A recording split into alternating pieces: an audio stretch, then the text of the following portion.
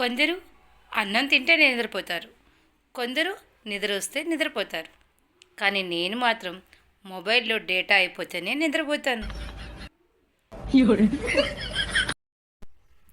మీరు నన్ను ఏ క్వశ్చన్ అయినా అడగండి, ఇట్లా ఆన్సర్ చేసేస్తాను.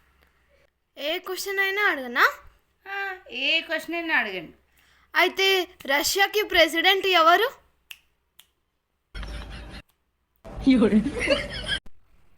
అమ్మా, 150 + 150 ఎంత? నీకు ఆ మాత్రం తెలీదా?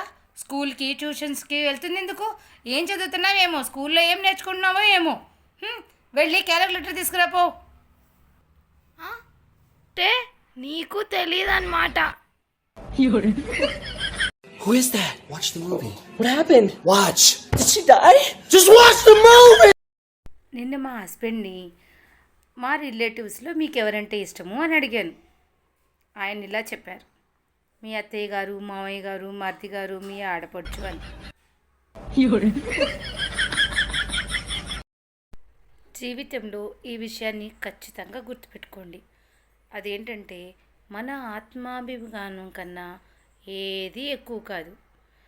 ఒకవేళ మీ మనసు చెప్పింది అనుకోండి, రాత్రిపూట గిన్నెలు తోమొద్దని, తోమొద్దు, పొద్దున్నే లేచి తోముకోండి. ఏ విషయం మన ఆత్మాభిమానం కన్నా ఏది ఎక్కువ కాదు. అంతేగా?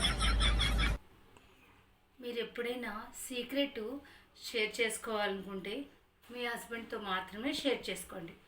అది కూడా ఆయన మొబైల్ చూసుకుంటూ ఉన్నప్పుడు షేర్ చేశారనుకోండి, అది సీక్రెట్ లానే ఉంటుంది.